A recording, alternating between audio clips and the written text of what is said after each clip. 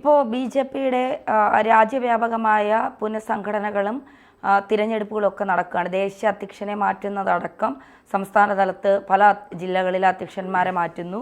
അപ്പോൾ അതിൻ്റെ തിരഞ്ഞെടുപ്പ് പ്രക്രിയകൾ ആരംഭിച്ചു കഴിഞ്ഞു. അപ്പോൾ മൊത്തത്തിൽ ബി.ജെ.പി അടിമുടി മാറാനുള്ള തയ്യാറെടുപ്പിലാണ്. മാറ്റമെന്ന് ഉദ്ദേശിച്ചത് പുതിയ സംഘടനയിലേക്ക് പുതിയ നേതൃനിരകൾ വരുന്നു, യുവാക്കൾക്ക് കൂടുതൽ പ്രാതിനിധ്യം നൽകുന്നു, സ്ത്രീകൾക്ക് കൂടുതൽ പ്രാതിനിധ്യം നൽകുന്നു. അപ്പോൾ ബി.ജെ.പി മൊത്തത്തിലൊന്ന് മാറാൻ തീരുമാനിച്ചു. മാത്രമല്ല കേരളത്തിൽ കുറച്ചുകൂടി സംഘടനാ സംവിധാനങ്ങൾ വിപുലപ്പെടുത്താനും കുറച്ചുകൂടി നേതൃനിരയിലേക്ക് യുവാക്കളെ കൊണ്ടുവന്നുകൊണ്ട് കേരളത്തിൽ കുറച്ചുകൂടി വിശാലമായി കേരളത്തിൽ ബി.ജെ.പിക്ക് വളർച്ചയ്ക്ക് വേണ്ട കാര്യങ്ങൾ ചെയ്യാനുമൊക്കെയുള്ള തന്ത്രങ്ങൾ മെനഞ്ഞുകൊണ്ട് മുന്നോട്ട് പോവുകയാണ് ബി.ജെ.പി എന്ന് പറയുന്ന പാർട്ടി.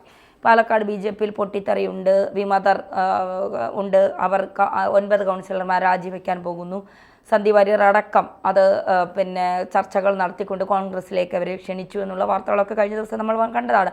എന്തായാലും ഒരു സംഘടനാ തിരഞ്ഞെടുപ്പ് ഉണ്ടാകുമ്പോൾ പൊതുവെ എല്ലാ പാർട്ടിയിലും ഉണ്ടാകുന്ന പൊട്ടിത്തെറികൾ, വിമത സ്വരങ്ങൾ, അല്ലെങ്കിൽ മാറി നിൽപ്പുകൾ, ഇതൊക്കെ തന്നെയാണ് കഴിഞ്ഞ ദിവസം ബി.ജെ.പിയിലും സംഭവിച്ചത് എന്നുള്ളത്. അതിൽ ആരെയും കുറ്റം പറയേണ്ട കാര്യമില്ല. എല്ലാ പാർട്ടിയിലും ഇതൊക്കെ തന്നെയാണ്. ഇപ്പോൾ കെ സുധാകരൻ പാർട്ടിയുടെ അധ്യക്ഷനായി വരുന്ന സമയത്ത് പലർക്കും എതിർപ്പുകൾ ഉണ്ടായിരുന്നു. വി.ഡി. സതീശനെ പ്രതിപക്ഷ നേതാവാക്കുന്നതിൽ പലർക്കും എതിർപ്പുകൾ ഉണ്ടായിരുന്നു. അതൊക്കെ പലരും തുറന്ന് പറഞ്ഞിട്ടുമുണ്ട്. അപ്പോൾ എല്ലാ പാർട്ടിയിലും എന്തിനേറെ പറയുന്നു, രാഹുൽ മാങ്കൂട്ടത്തിനെ പാലക്കാട് സ്ഥാനാർത്ഥിയാക്കി നിർത്തിയപ്പോൾ ജനകീയനായ മുഖ്യമന്ത്രി ഉമ്മൻചാണ്ടിയുടെ മകൻ ചാണ്ടി ഉമ്മന് വരെ നീരസമുണ്ടായിരുന്നു എന്നുള്ള വാർത്തകൾ വന്നിരുന്നു. അപ്പോൾ ഇതൊക്കെ എല്ലാ പാർട്ടിയിലും സ്വാഭാവികമായി ഉള്ളതാണ്.